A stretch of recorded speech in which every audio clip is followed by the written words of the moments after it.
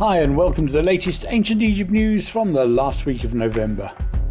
Within the framework of the Ministry of Tourism and Antiquities strategy to improve the quality of the tourist experience within museums and archaeological sites, the Supreme Council of Antiquities, the SCA, continues to develop the display scenario at the Luxor Museum of Ancient Egyptian Art. Dr. Mohammed Ismail Khaled, Secretary General of the SCA, confirmed that the development project aims to highlight the most important collectibles of the Luxor Museum in a contemporary display style in accordance with global museum standards, while preserving the historical and archaeological value of the collection and providing a richer and integrated experience for visitors. Mr. Momen Osman, head of the restoration sector, archaeological and museum projects, pointed out that the works include the development of the electricity network, technical systems and panoramic lighting inside the museum, which will contribute to highlighting the beauty of the pieces on display and improving the efficiency of the services provided to the public. Dr. Ala Al-Manshawi, the director of the museum, noted that the development works also include fixing the suspended ceiling, upgrading the lighting units in the hall in accordance with the vision of a modern museum exhibition, and the implementation of ramps to facilitate visits for those with special needs and for the elderly.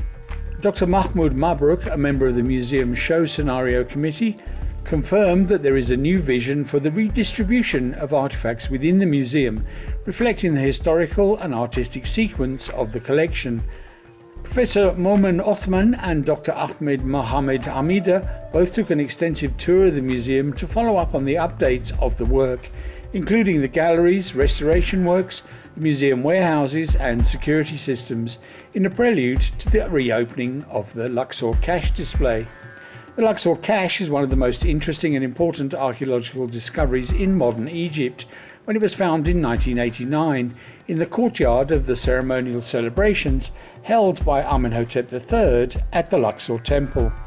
In 1991, the most important pieces were moved to the Luxor Museum, where an independent pavilion is currently being developed in preparation for its reopening.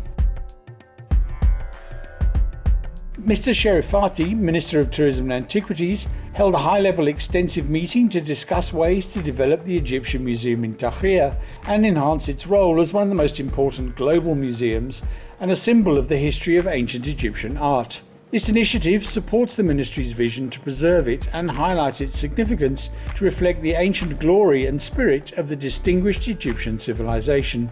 The meeting was attended by a select group of antiquities leaders and experts. At the start of the meeting, Mr. Fati pointed out that the Egyptian Museum in Tahrir represents an exceptional and irreplaceable historical value, despite the opening of the Grand Egyptian Museum. He added that it offers a different and integrated experience for visitors through the rare masterpieces it contains, embodying the ancient Egyptian civilization. He stressed that its preservation and development are a top priority for the ministry in the coming phase, affirming that the Egyptian Museum will continue to perform its vital role and remain an essential pillar in the Egyptian museum system. The meeting discussed a wide range of ideas and proposals for developing the museum and improving services and the tourist experience within it.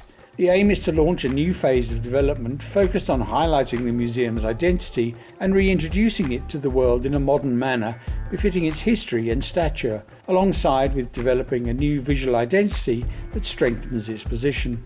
Dr. Khaled of the SCA emphasised that the Egyptian Museum will remain a primary gateway to learning about the spirit of the ancient Egyptian civilization, and that its role or status will not be allowed to decline. He added that the museum continues to fulfill its mission as a venerable cultural, educational and civilizational edifice since its opening in 1902, and that its unique collections constitute an essential reference for all students of Egyptology and lovers of Egyptian civilization around the world. He clarified that this meeting sends a message confirming that the museum continues to develop itself to remain a major competitor to the largest modern museums. At the end of the meeting, the Minister directed the preparation of a comprehensive strategic plan for the development of the Egyptian Museum in Tahrir. This plan is to include identifying its unique selling points, setting a phased development schedule, incorporating all proposed ideas and suggestions, enhancing the museum's visual identity, and formulating clear marketing messages to be reiterated through media campaigns. This is to ensure the reintroduction of this ancient monument to the world in a way that is commensurate with its status and history. The minister also extended his sincere thanks and appreciation to Dr. Zahi Hawass, Dr. Mamdouh El Damati and Dr. Ali Omar for their valuable participation and the insights they provided to enrich the efforts made to develop the Egyptian Museum in Tahrir.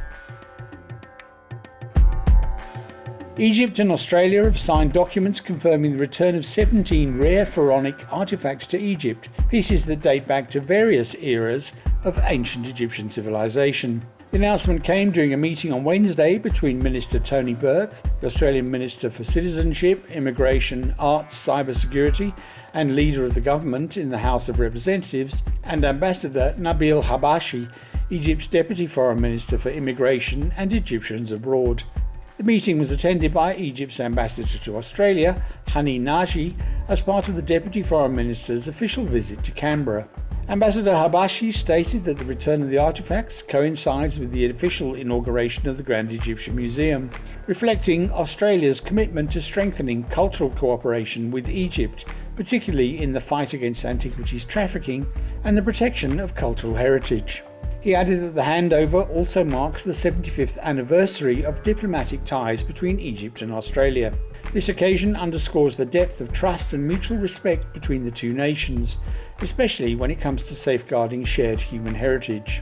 The ambassador explained that this outcome is the result of meticulous follow-up by the Egyptian Embassy in Canberra and the Consulate General in Sydney regarding a case before the Australian courts since 2019. The case concluded with the High Court ruling on the 3rd of September 2025, ordering the seizure of the 17 artefacts previously held by a private company and their return to their rightful homeland. He emphasised that the ruling reflects Australia's dedication to cooperating with Egypt to protect world heritage, preserve cultural treasures for future generations, and combat the illegal trade in antiquities. Ambassador Habashi also revealed that Australian tourism to Egypt increased by 11% in the first half of this year, a figure expected to grow further following Australia's updated travel advisory to Egypt in September 2024 and the opening of the Grand Egyptian Museum. Egypt's Ministry of Tourism and Antiquities has moved to quell mounting concerns over new construction at Deir el-Bahari, asserting that the recently approved visitor centre is essential for public safety and has been carefully designed to safeguard the iconic vista of Hatshepsut's temple. In response to public concerns over the construction of a building within the archaeological zone of Deir el-Bahari in Luxor, the Ministry of Tourism and Antiquities has issued an official statement outlining the purpose, design and necessity of the new structure. According to the statement, the building is a new visitor centre intended to offer dedicated services for tourists and tour guides. The facility will welcome tour groups and provide interpretation and orientation about the site in a safe and structured environment, functions previously performed in an older building that has since been demolished. Mohammed Abdelbadi, head of the Egyptian Antiquities sector at the SCA, explained that the former building had developed significant structural problems, including cracks, fractures and partial collapses. These defects posed a serious risk to visitor and staff safety, prompting their removal. Geological studies revealed that Deir el-Bahari is situated on fragile clay formations, rendering the soil beneath the old structure unstable and contributing to its deterioration.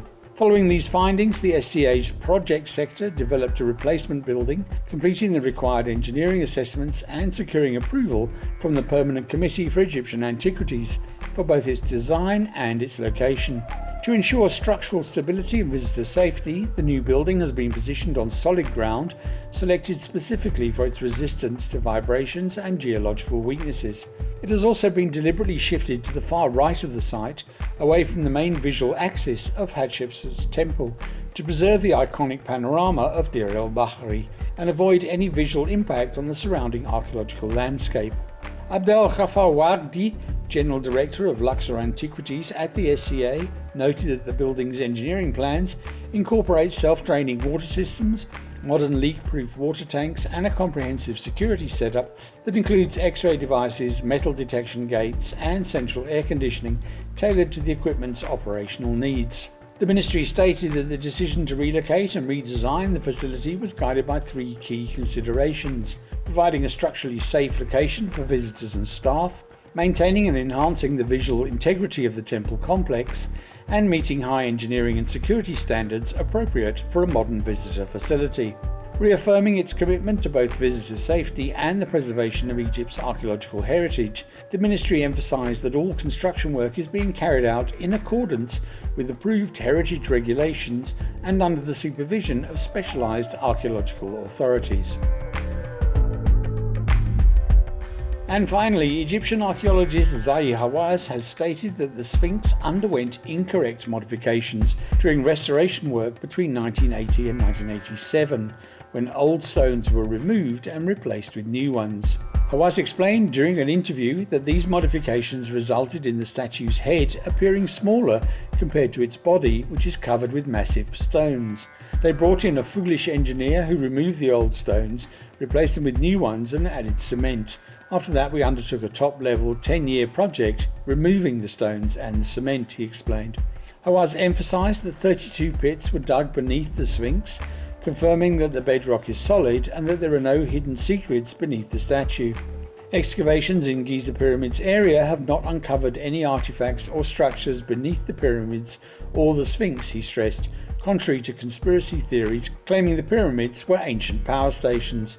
Hawass added that the Giza Plateau is part of Al-Mokattam Plateau and contains some of Egypt's greatest stones. These are the same stones used by the ancient Egyptians to build the pyramids and the head of the Sphinx, he noted. And that's it for this week. This news broadcast is brought to you by Ted Laux and GNT Tours. Ancient Egypt News is rated in the top 5 Egypt history podcasts according to feedspot.com. For our 2026 tour dates, please check out our website, gnttours.co.za. Follow us on social media and now on YouTube. Thanks for listening to this episode. Please feel free to comment and share. Until next time, thanks again. Cheers. Bye-bye.